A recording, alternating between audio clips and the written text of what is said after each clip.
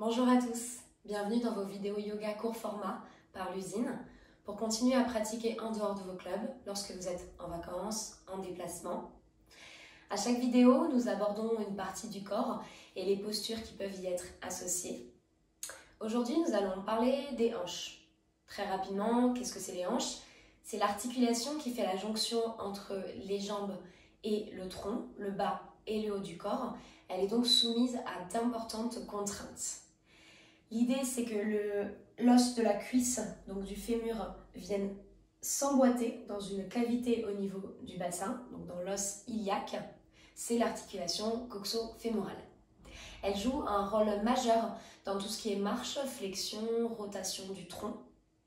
Et il faut savoir qu'au niveau des hanches, il y a d'importants muscles qui sont attachés, que ce soit les muscles fessiers, les rotateurs des hanches, le psoas, plutôt fléchisseur des hanches. Et donc, il est important de travailler toute cette zone et de gagner en souplesse et en mobilité de manière à avoir un maintien aussi et un équilibre beaucoup plus solide. Souvent, travailler sur les hanches, soulager par exemple le psoas, va aussi aider dans les problèmes et les douleurs en bas du dos au niveau lombaire. C'est parti, je vous montre des postures de base pour assouplir, mobiliser et même renforcer les muscles des hanches. Dans la pose de la table, vérifiez vos alignements, poignets sous les épaules, genoux sous les hanches, rentrez le ventre, engagez les abdominaux. Inspirez, expirez, jambe gauche à l'extérieur de la main gauche. Au début, si c'est la première pose de votre séquence, n'hésitez pas à ne pas mettre le pied trop loin pour ne pas avoir trop d'ouverture de hanche justement. En utilisant la cheville comme axe de rotation, commencez par faire des cercles de petite amplitude dans un sens, puis dans un autre.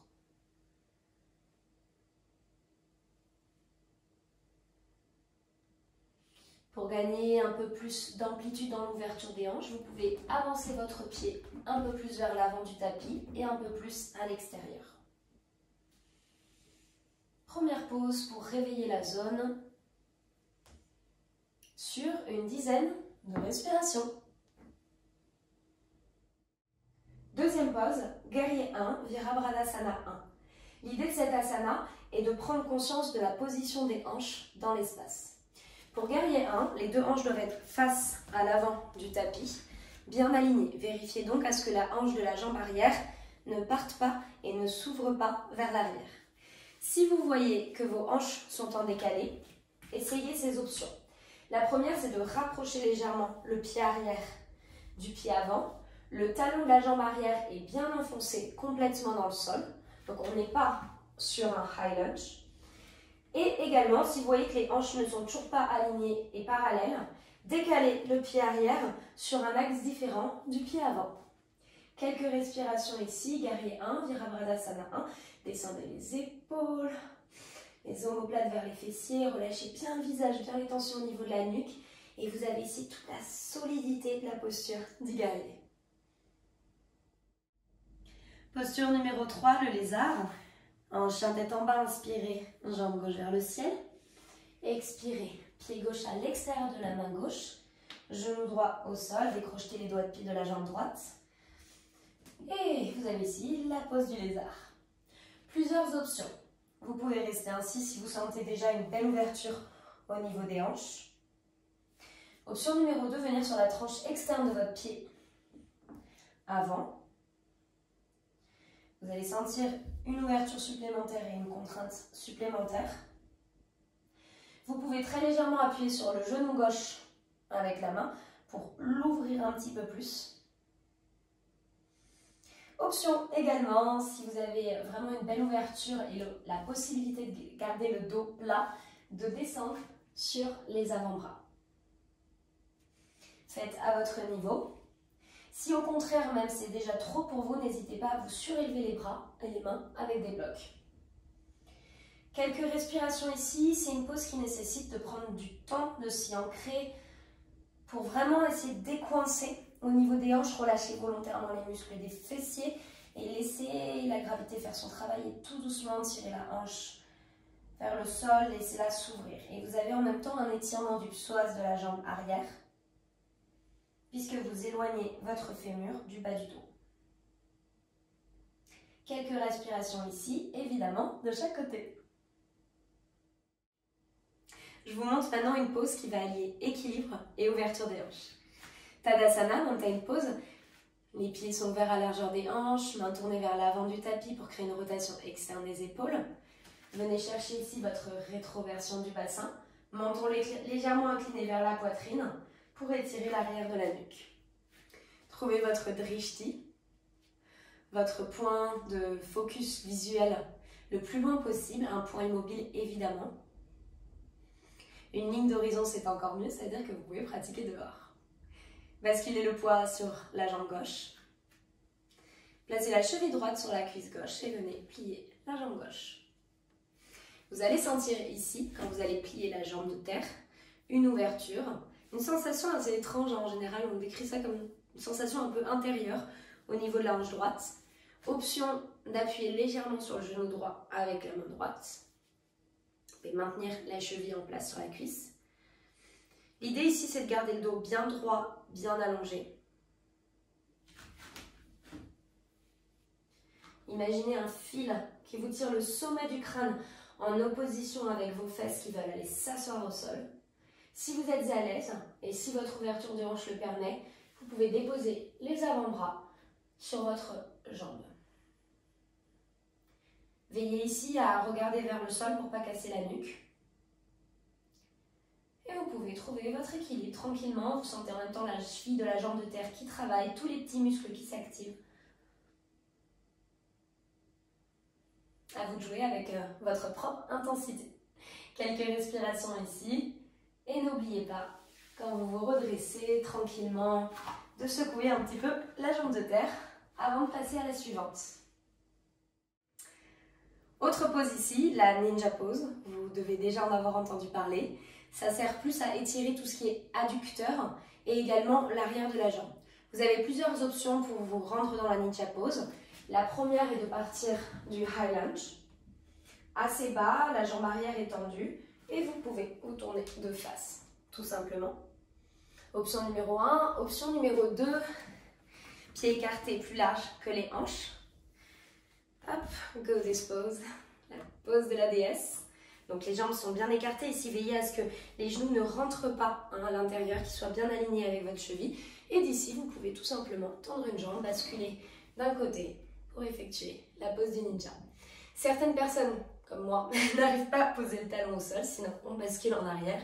Si vous pouvez le poser, c'est très bien. Et vous pouvez évidemment apporter des variations, des changements de sens avec ou sans les mains pour travailler aussi un petit peu le renforcement des cuisses, comme vous le voulez. Vous pouvez évidemment vous challenger au niveau de l'équilibre en rajoutant une main au cœur. Je vais maintenant vous montrer 2 exercices pour renforcer et remuscler vos muscles fléchisseurs et rotateurs des hanches. Installez en Dandasana, un angle de 90 degrés. Veillez à ce que votre dos soit droit. Si ce n'est pas le cas, vous pouvez vous surélever et vous asseoir sur un bloc. Ou vous pouvez également faire cet exercice contre le mur en vérifiant à ne pas vous relâcher évidemment dans le mur. Les mains peuvent être placées au sol ou au cœur. Tout simplement, commencez par soulever de quelques centimètres une jambe, puis l'autre. Et vous pouvez alterner, tenir quelques secondes, reposer. Il faut également varier un petit peu l'exercice, écarter légèrement plus les jambes et faites des demi-cercles comme si vous vouliez passer vos jambes au-dessus d'un objet. Vous pouvez rajouter voilà, des petites variations. Évidemment, je vous conseille ici de placer vos mains sur la zone concernée. Sentez tout ce qui se joue là, dans vos muscles fléchisseurs.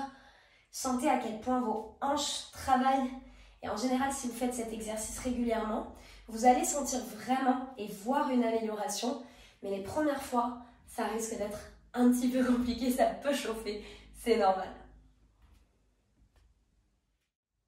Le dernier exercice allie renforcement et mobilité des hanches. Commencez par la pose de la sirène, mermaid pose. Vous pouvez encore une fois décider de placer la main sur le côté.